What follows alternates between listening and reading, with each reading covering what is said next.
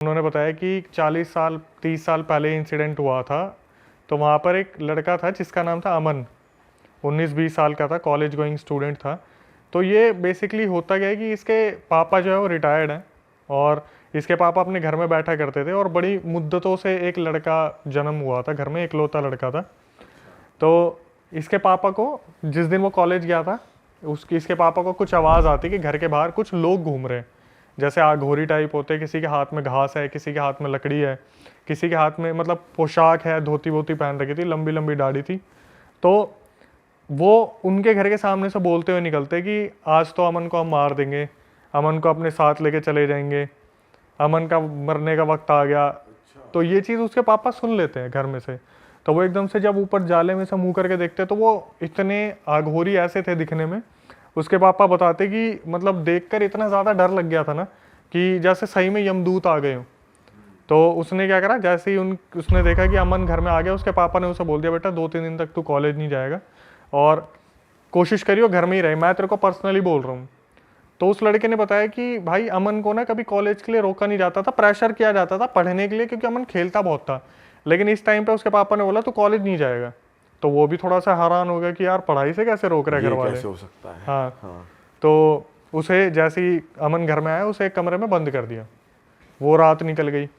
तो अगले दिन अमन उठ के बोला अपने पापा को, पापा बाहर आने दो यार, पूरी रात अंदर बंद रहा हूँ मैं, वॉशरूम तो यूज़ करने दो। तो जैसे ही अमन वॉशरूम यूज़ करने गया, फिर उसके पापा को फिर वही आवाज़ आती है घर के बाहर कि अमन का अंतिम वक्त आ गया है, अब अमन को हम लेके जा रहे हैं। उसके पापा ये सुनने के बाद इतने ज़्यादा डर गए, उन्होंने वॉशरूम खटखटाया, अमन को बाहर निकाला और बंद कर दिया ज़बरदस्ती कमरे में। तो उनको इस बार सिर्फ आवाज़ आई थी या वो दिखे भी थे दोबारा? इस बार वो देखने की हालत में नहीं थे। उन्होंने बोलते ना कि अगर मेरा बच्चा बहुत ज़्यादा, मैं उसके लगाव में हूँ, कोई मेरे को ये भी बोल देगा तेरे बच्चे को मार दूंगा, तो ये नहीं कि मैं उससे भिड़ूंगा, पहले अपने बच्चे को छुपाऊंगा। क्योंकि पहली बार उन्होंने देख लिया कि इतने दिखने में ऐसे विकराल अघोरी हैं, तो कहीं कुछ हो ही ना जाए, कुछ करवर ना दे। सही बात है। तो उसके पापा ने सुना कि वो बाहर से बोल रहे कि अंतिम वक्त आ गया उसका, बस अब लेके जा रहे हैं हम उसे। अमन को फटाफट निकाला, कमरे में बंद कर दिया।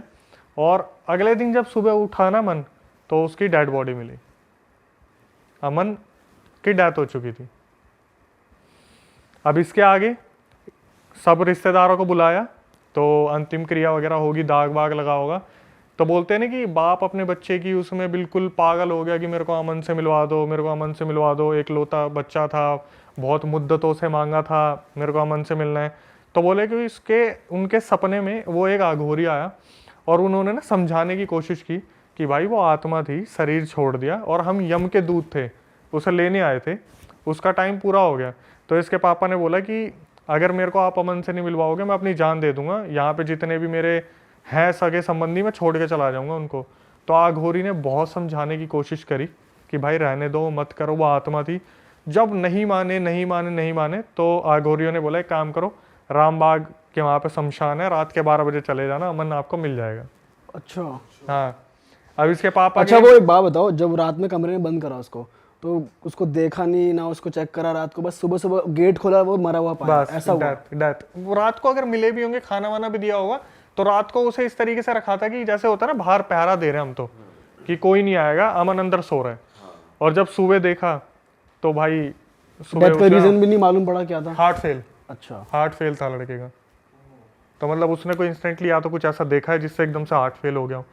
तो उसके पापा जो है जाते रात के 12 बजे शमशान में, लेकिन उससे पहले उनके दिमाग में बहुत सारी चीज़ें चल रही थी कि कहीं कोई मेरे को ब्लैक मैजिक तो नहीं हो गया मेरे ऊपर, मैं कोई वहम तो नहीं है मेरा, मुझे कोई आघोरी देख तो नहीं रहा, इल्यूजन तो नहीं आ रहे कि कहीं मैं वहाँ जाऊँ तो आघोरी मेरे को ही पकड़ ले।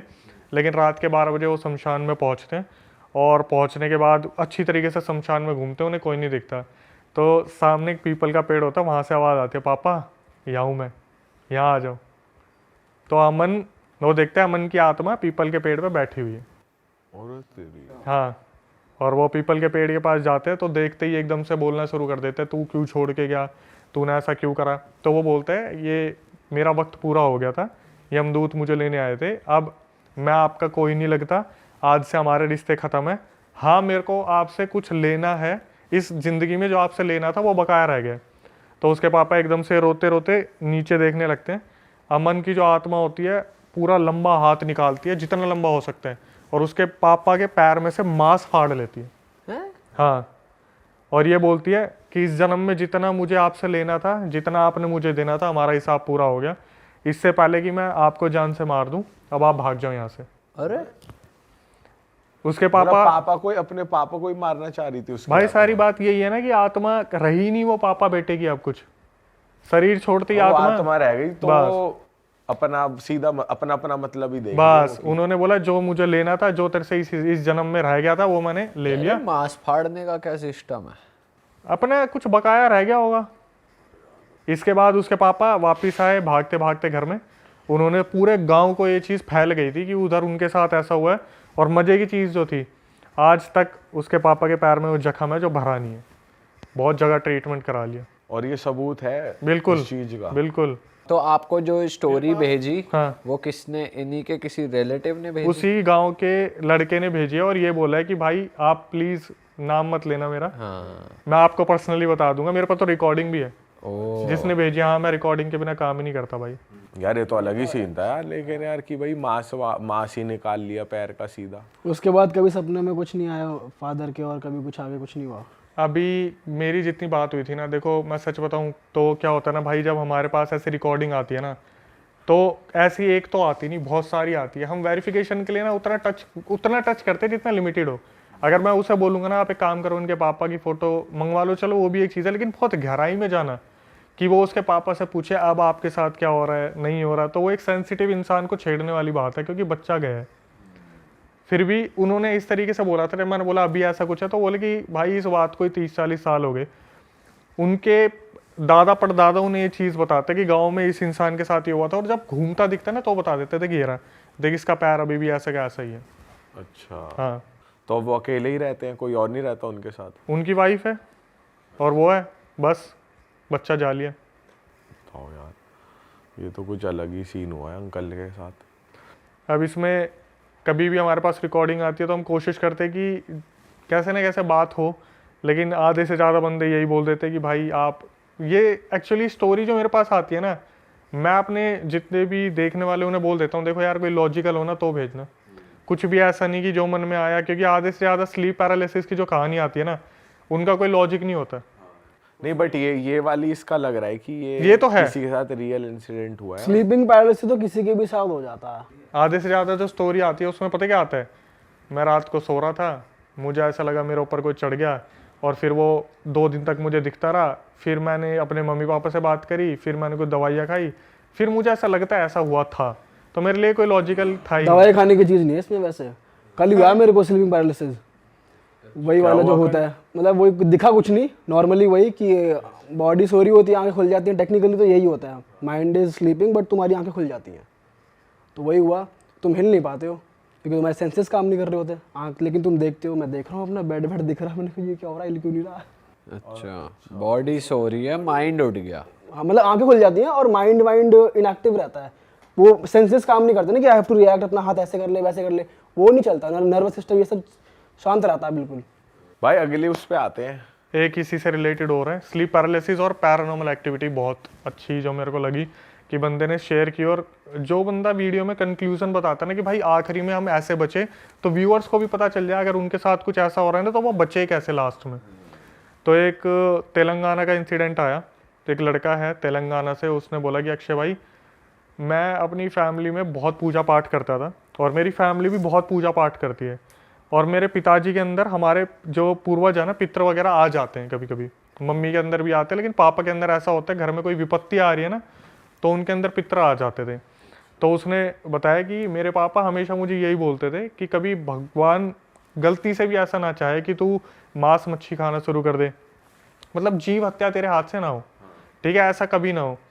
इसने बोला कि कुछ टाइम पहले जब वो 20 साल का हुआ ना, तो उसके पापा ने कुछ घर के लिए लोन लिए थे जो बहुत ज़्यादा थे, और वो जिस तरीके से एक्सपेक्टेशन थी ना कि वो लोन उतर जाएंगे, वैसे वो लोन उतर नहीं पा रहे थे। तो इसके लिए कोई जॉब आई होगी हैदराबाद में, उन्होंने मुझे कुछ बताया था, कोई गांव है वहाँ पे से एक बार के अंदर इसके पास जॉब आई। तो इसके पहले तो फैमिली में काफ़ी डिस्प्यूट हुआ कि तू मत कर ऐसी जगह पे जहाँ अल्कोहल सर्व किया जाता है, चिकन सर्व किया जाता है, लेकिन फिर देखा यार बच्चा बड़ा भी हो रहा है, अपॉर्चुनिटी अच्छी है, लोन भी उतर जाएंगे, तो उसे भेज दिया हैदराबाद में। हैदराबाद में जाने के बाद इन्होंने बताया कि जो बार था, उस बार की तरफ से इन्हें रहने के लिए एक फ्लोर पे फोर्थ फ्लोर पे एक अपार्टमेंट दिया था। और भाई उस अपार्टमेंट में जिस दिन ये पहले दिन गया ना, ये बोला भाई मेरे को इतनी नेगेटिव वाइब्स आ रही थी ना कि मतलब, क्योंकि हम पूजा पाठ वाली फैमिली से और ऐसी जगह पे चले जाए तो सेकंड के हिसाब से पता चल जाता है कि कुछ नेगेटिव है। और फिर क्या हुआ, पहली रात ये सो गया। पहली रात तो शिफ्ट शुरू नहीं हुई थी, इनकी शिफ्ट होती थी 12 घंटे की शिफ्ट होती है इनकी, तो मेरे ख्याल से कुछ 3 बजे शुरू हुई होगी, रात के 12 बजे तक चली होगी। रात के 12 बजे ही फ्री होके आते थे बाहर। तो इन्होंने बताया कि जो लड़का था उसने बताया कि मनीष नाम है उसका, मनीष ने बताया कि अक्षय भाई 12 बजे मैं अपने फ्लैट पे आया और जैसे ही मैं सोता ना, मुझे ऐसा लगता है जैसे मेरे साथ कुछ ऊट पटांग की हरकतें हो रही हैं। और उसके साथ ना 2-3 लड़के और रहते थे शेयरिंग में, जो बाहर की तरफ से रहते थे। हमेशा वो यही बोलता, मेरे साथ ऐसा लगता है जैसे कुछ है आसपास, कुछ है। कैसी हरकत है? मैं वही बता रहा हूँ, जैसे उन्होंने बोला कि ऐसा लगता था जैसे ना मेरे को कोई खींच रहा है, जैसे आप कॉन्जरिंग मूवी में देखोगे पैर खींच लिया, और ऐसा नहीं कि कपड़े खींच रहा है, पैर खींच रहा है डायरेक्ट। तो उसकी आंख खुलती है तो वो बंदा आगे पीछे देखता कुछ भी नहीं है। फिर एक दिन हुआ बढ़िया इंसिडेंट उसके साथ। उसका एक दोस्त था अनमोल, उसकी मनीष की जो था ना लड़का, उसकी रात को आंख खुलती है, वो देखता है कि वॉशरूम में अनमोल बैठा हुआ है, कुछ हाथ वाथ धो रहा है।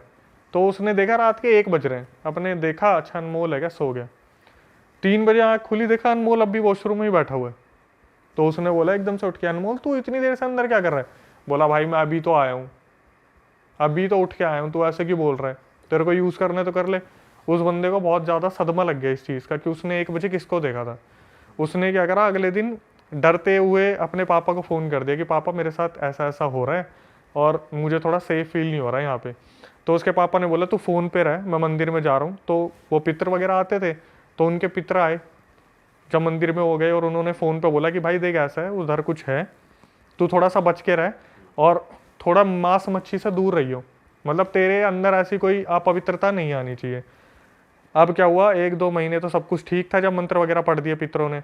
उसके बाद इसने बोला भाई मैं संगत के साथ थोड़ा सा मांस मच्छी खाना शुरू मैंने कर दिया। उसने स्मोकिंग भी शुरू कर दी, ड्रिंकिंग भी शुरू कर दी और नॉनवेज भी खाना शुरू कर दिया, क्योंकि बार में यही सर्व हो रहा है, मैक्सिमम यही चीज़ें थी। तो क्या हुआ, अब जिस फ्लैट में रहते थे ना, उसमें इनके साथ एक कोई बड़ा भी रहता था जो अच्छी खासी एज का था, वो भी अच्छी खासी फैमिली से था। तो एक दिन इनके साथ क्या हुआ, जब दोबारा ये मांस मच्छी खाना शुरू करा और मनीष के साथ ये दोबारा शुरू हो गया होना सब कुछ, तो इसने क्या करा, अपने बड़े भैया को बताया कि भाई मेरे साथ ना ऐसा ऐसा होता है। तो इन्होंने क्या करा, उसका मजाक उड़ा दिया, जैसे नॉर्मली होता है कि तू पागल है, तूने पी ली होगी, ये हो गया होगा, वो हो गया होगा, मजाक उड़ा दिया उसका। तो इसने, इसके भैया ने पता क्या करा, पी खा तो सबने रखी थी, बोला एक काम करते हैं, ये निकाला लूडो का गेम जो एप्लीकेशन वाला होता है ना, बोला अगर यहाँ पे कुछ है ना तो जब तक मैं बोलूँगा इसमें सिर्फ 6 आएगा। उस बंदे की रिकॉर्डिंग है, बोला भैया कम से कम 40 बार 6 आया था। अच्छा, जैसे जैसे वो बोल रहा है ना कि 6 ला के दिखाओ, 6 ला के दिखाओ, 6, मतलब फोन में ही घुस गया, फोन भूत में, एक तरीके फोन से। की एप्लीकेशन में 6 दबाओ 6, कम से कम 40 से 80 बार 6 आया था। और जब ये लोग हो गए ना कि फ़ोन में दिक्कत नहीं है, कुछ ऐसा नहीं है, 1 सेकंड में लाइट का कट ऑफ, और सारे के सारे हैरान। अब इन्हें सिर्फ ये लग रहा है कि भाई कैसे न कैसे सो जाओ, कुछ ना कुछ है यहाँ पे। तो क्या हुआ, थोड़ी देर में लाइट आई ना, तो जो मनीष का एक लड़का वहाँ पहले से रह रहा था, उसने पता है उसे क्या बोला, बोला यार मनीष मैंने तेरे को आज तक बताया नहीं, हमसे पहले एक ना यहाँ पे फीमेल रहती थी, और जब वो मरी थी ना तो वो उसकी डेड बॉडी ना काफ़ी टाइम तक, मतलब पूरे दिन के लिए वहीं रखी थी जहाँ तू सोता है, जहाँ वो उसका बिस्तर लगा हुआ था ना, उस लड़की की डेड बॉडी वहीं रखी हुई थी पूरे दिन के हिसाब से। फाड़ दी साले की। ऐसी बात बता दी उसे। उन्होंने क्या करा, लेकिन लड़के हरामी है, लोन उतारना है ना, तो बोले भाई छोड़ तो सकते नहीं, ये काम करेंगे, अब हम यहाँ पे ड्रिंक वगैरह नहीं करेंगे। तो इन्होंने क्या करा, इनका जो फ्लोर था उसके थोड़ी सी दूर पे एक लेक है वहाँ पे, और एक कब्रिस्तान है। तो वहाँ का व्यू बहुत अल्टीमेट था, क्योंकि हम रात को लेक के पास जाएं, 12 बजे इनकी छुट्टी होती थी बाहर से, इन्होंने अपनी बोतल उठाई और अपने लेक के पास पहुँच गए, और वहाँ पे इन्होंने पीनी शुरू कर दी। इसके साथ साथ एक रीज़न और दे दिया कि अक्षय भाई हम फ्लोर पे इसलिए भी नहीं पीते थे क्योंकि वो हमसे ज़्यादा पी जाते थे, हमारी ड्रिंक जो बड़े वाले थे भैया। तो इन्होंने क्या करा, लेक के पास जाके पीना खाना शुरू कर दिया। अब कभी सिगरेट ख़त्म हो जाती थी ना, तो जो मनीष का दोस्त था जो उसके साथ ड्रिंक करता था, वो लेके आता था बाइक पे, और वो 5 किलोमीटर दूर मिलती थी। तो वहाँ पर ये डेली बैठने लग गए, इनका अड्डा बन गया अब, कि अपने लेके अपने 12 बजे के बाद वहीं लेक पे जाके पियेंगे आराम से, किसी से शेयर वेयर करनी नहीं है, ठीक है भाई। एक दिन क्या हुआ, इनके थोड़ा सा दूर एक गर्ल्स पीजी भी था जिसमें बहुत कम लड़कियां थी, बहुत ही कम। तो ये बैठा हुआ था आराम से, और इसे बहुत ज़्यादा चढ़ गई थी। इसने अपने दोस्त को बोला तू सिगरेट लेके आ जा, मैं बैठा हूँ यहाँ पे। रात के 1:30-2 बजे की बात होगी। इसके सामने एक 5 फुट 6 इंच या 4 इंच की एक लड़की चलती हुई आती है खुले बालों में। उसने बताया भाई बहुत सही थी दिखने में। मैं दीदी बोल रहा था क्योंकि मैं 20 साल का था, मेरे को लग रहा था 28-30 साल की होंगी। तो वो लड़की चल के आती है और ये इस लड़के को ना घूरने लग जाती है 2 मिनट के लिए। तो ये बोलता है क्या हुआ दीदी, सब ठीक है? तो लड़की ने बोलती है अब एक बात बताओ, तुम्हें डर नहीं लगता, तुम अकेले यहाँ बैठे हुए हो? तो बोलता है कि मैं आज से थोड़ी ना बैठा हुआ, मैं तो काफ़ी टाइम से, मतलब हम बार में काम करते हैं तो आके यहाँ पे सिगरेट विगरेट पी लेते हैं। तो इनकी कन्वर्सेशन कम से कम 2-3 मिनट चलती है, जब वो बार बार बोलती है अच्छा सैलरी कितनी है तुम्हारी, अच्छा एजुकेशन में क्या करा हुआ है, अच्छा क्वालिफिकेशन क्या है। फिर बीच बीच में जो एक रिपीटेडली क्वेश्चन आ रहा था ना, वो पता क्या था, कि तुम्हारा दोस्त नहीं आया अब तक, तुम्हारा दोस्त कहाँ रह गया? तुम बता रहे थे तुम्हारे साथ कोई दोस्त भी है तुम्हारा, जो सिगरेट लेने गया। हाँ जो सिगरेट लेने गए। तो बार बार उसका तुम्हारा दोस्त नहीं आया अब तक। तो लड़की से उसने पूछा थी आप कौन हो? तो लड़की ने एकदम से बोला कि मैं वहाँ पर, उसने उनका भी नाम नहीं बताया कि वहाँ पे उनकी बहुत चलती है तो उनकी लड़की हूँ। तो वो बोला हाँ हाँ मैं उन्हें जानता हूँ, वो तो हमारे बार में आते हैं ड्रिंक करने के लिए।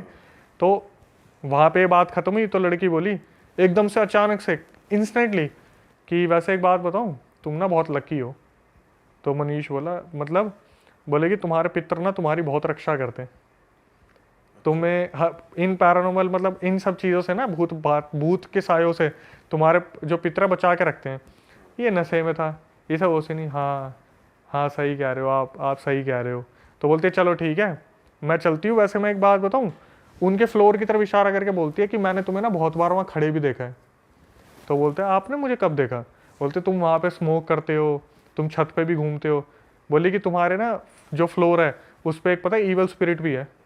अच्छा। हाँ जो तुम्हें हार्म करना चाहते हैं लेकिन तुम्हें तुम्हारे पितर बचा लेते हैं। तो ये सब सुन रहा होता है आराम से। तो जो लड़की होती है वो बोलती है चलो अब मैं चलती हूँ, तुम अपना करो लेकिन यहाँ पे मत आया करो, मैं तुम्हें एक एडवाइस के तौर पे बोल रही हूँ। भाई ये बोल के वो लड़की चली जाती है। 5 मिनट बाद दोस्त आ जाते हैं। तो ये बताने की हालत में भी क्या ही होता है, अरे यार एक लड़की थी वो आई थी, वो बोला अबे भाई यहाँ गर्ल्स पीजी है सब आते रहते, चल चल, बैठा के उसे ले गया।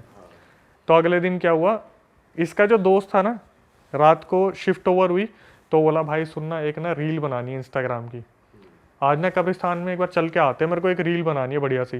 तो बोला भाई रात का टाइम है, दुनिया भर की लाइट ले जानी पड़ेगी। तो कब्रिस्तान में लाइट थी, अच्छी खासी लाइट थी। उसने बोला भाई बहुत दिन हो गए इंस्टाग्राम की रील नहीं बनाई, चल इंस्टाग्राम की रील बनाएंगे। ये दोनों आ जाते हैं। तो जो मनीष था वो फ़ोन से अपने दोस्त की रील बना रहा था। अब भाई रीटेक पे रीटेक, रीटेक पे रीटेक, तो अलग अलग लोकेशन पिक कर रहे हैं। तो एकदम से उसकी नज़र पड़ती है एक वहाँ पे जो ग्रेव थी ना, उस पे उसी लड़की की फ़ोटो लगी हुई थी जो इससे उस रात बात कर रही थी, और वहाँ उसका नाम था आनंदिता।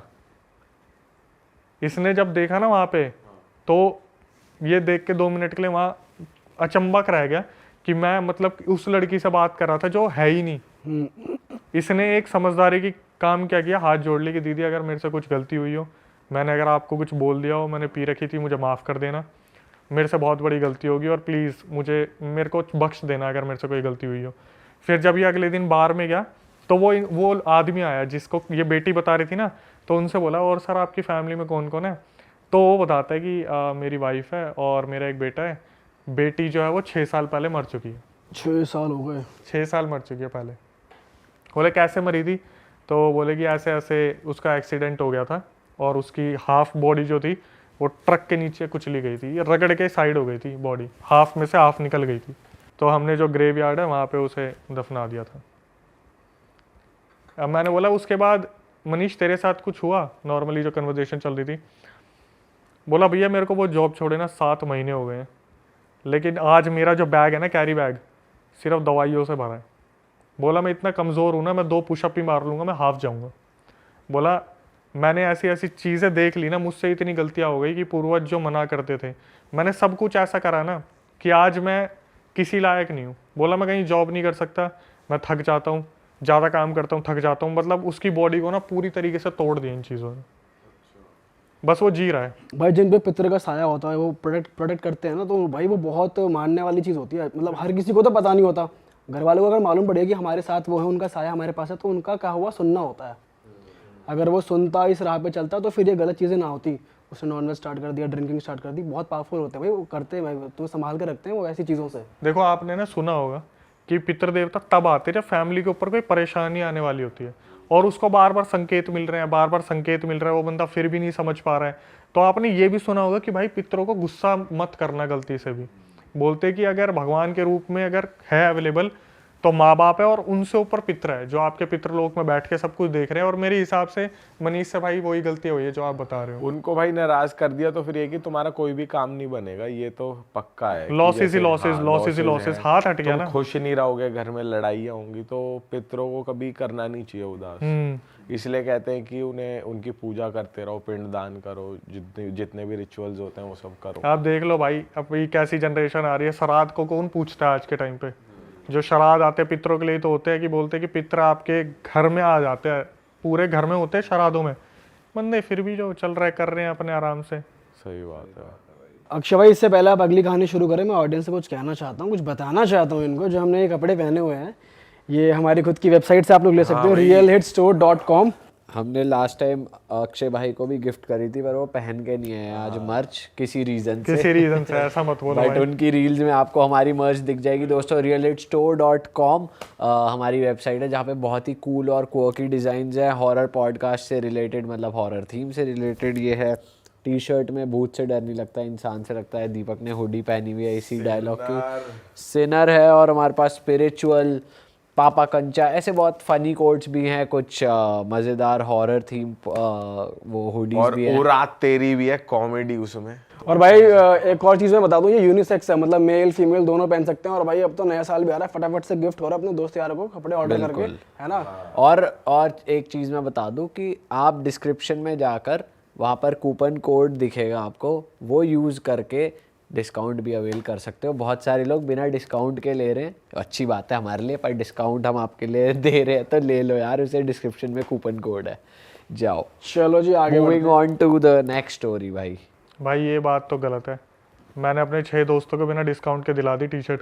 अच्छा, अब आपने बोल आपके दिया लिए तो गलत है, podcast- हमारे लिए तो अच्छा है। भाई दोबारा दिलवा दो उनसे, इस बार डिस्काउंट के साथ। कहता रहा हूँ पॉडकास्ट में बोल दिया बात, अब तो सारे पीछे पड़ेंगे ही। तो बस ठीक है, अब 6 सेल और हो जाएंगी हमारी। हाँ हो जाएंगे बिल्कुल। डिस्काउंट के साथ।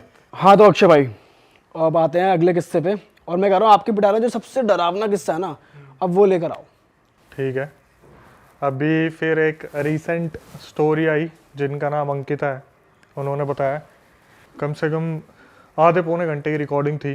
पहले मैंने सुनी, फिर बात करी कि मैं लड़की में कितनी हिम्मत है।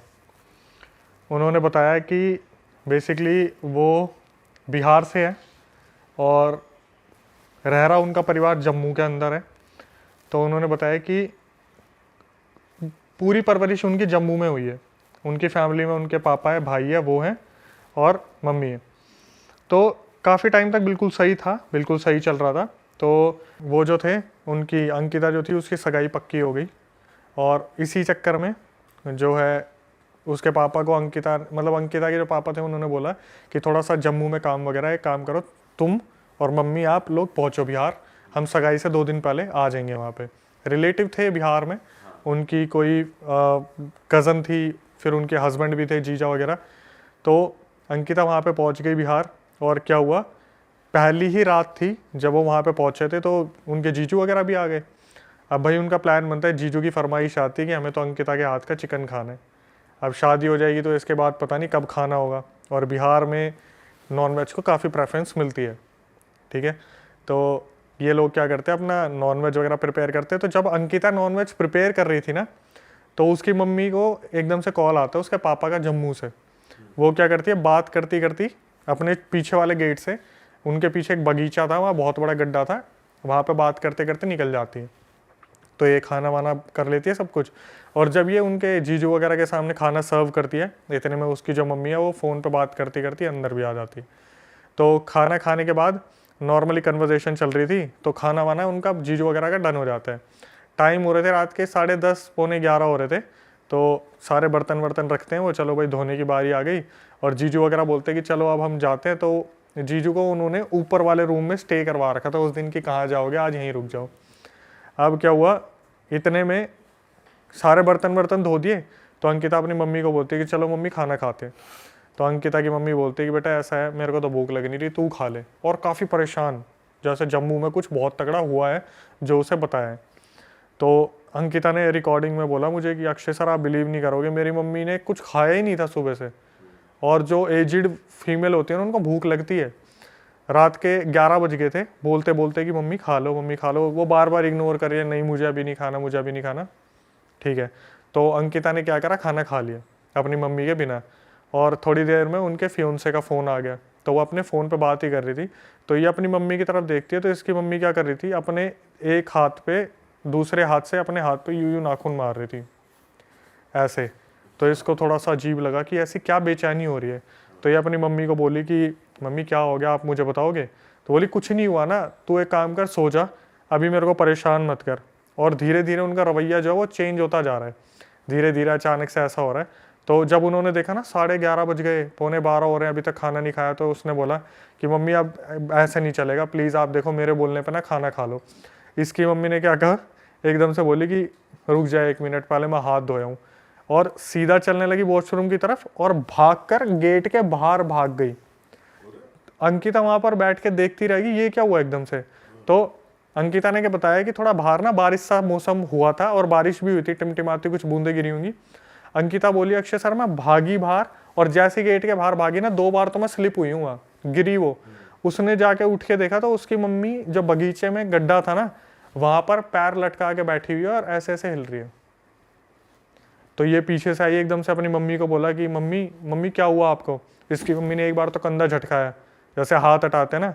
फिर इसने एकदम से पकड़ा, मम्मी क्या हुआ बताओ ना, पापा ने कुछ बोला है, कुछ बात हुई है। तो इसकी मम्मी ने जब इसकी तरफ मुड़ के देखा, मुंह पूरा सफ़ेद, आंखें दोनों काली। और ये अंकिता को एक ही बात बोल रही है, निकल जाए यहाँ से, इससे पहले मैं तेरे को जान से मार दूँ। टोन हो गए चेंज, पूरी टोन चेंज।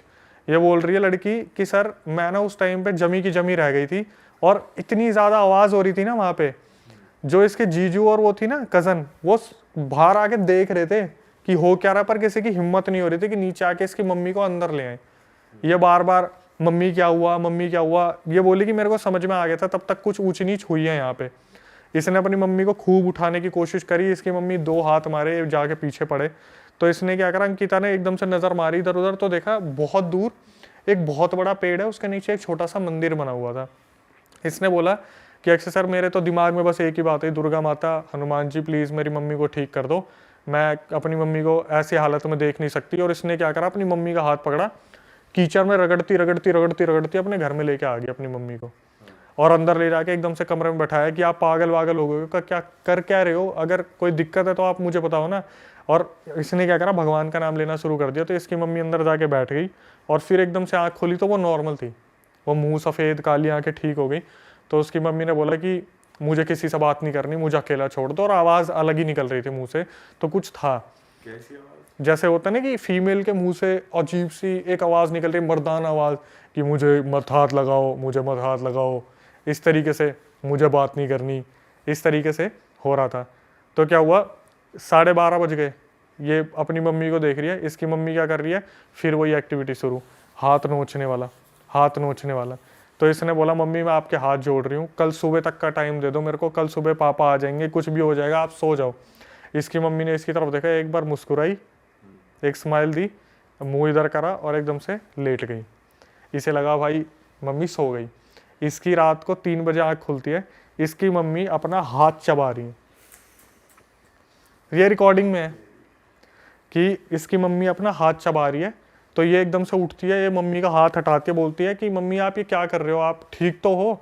तो इसे लगता है कि बोलते हैं ना हिंदू परिवार के बच्चे हैं कि मम्मी आप एक काम करो, मेरा हाथ चबा लो। तो थोड़ा एकदम से कॉन्जरिंग की तरह मम्मी जग जाएगी। इसकी मम्मी ने इसका हाथ पकड़ा और उसे चबाना शुरू कर दिया। इसने बताया 18 से 19 बाइट्स उन्होंने इनके हाथों पे की, हाथ पकड़ के चबाना शुरू कर दिया। जब 18 से 19 बार हाथ चबाया ना, तो इसने एकदम से बोली कि मैं रो रही थी पूरी तरीके से। और इसकी मम्मी पता क्या कर रही है, इसकी तरफ देख रही है, मुस्कुरा रही है और फिर हाथ खा रही है। देख रही है, मुस्कुरा रही है, दर्द हो रहा है, ले और हाथ खा रही है। भाई साहब इसमें भाई तो यार अलग ही goosebumps यार, आ गए। उसको अलग ही चूतियापंती है भाई। उसके बाद इसने क्या करा, एकदम से बोल दिया कि मम्मी आप ये क्या कर रहे हो, मैं आपकी खुद की बेटी हूँ, आप मेरा हाथ चबा रहे हो। तो इसकी मम्मी ने क्या करा, हाथ छोड़ा, फेंक के मारा और अपने लेट गई। अरे वाह, आपने ये वीडियो यहाँ तक देख ली भाई, तुमने हमारी मेहनत सफल कर दिया। तुम ही लोग हो असली रियल हिट। और अगर आपको बहुत मज़ा आ रहा है ऐसी क्लिप्स में, ऐसी वीडियोस में, तो फटाफट जाइए प्लेलिस्ट पे, बिंज वॉच कीजिए और सारी वीडियोस देख डालो और मौज काटो। That is it. हम मिलेंगे नए पॉडकास्ट में, नई क्लिप में। Till then bye bye, see you, take care, do subscribe. Best of Real Talk online. Okay, bye bye.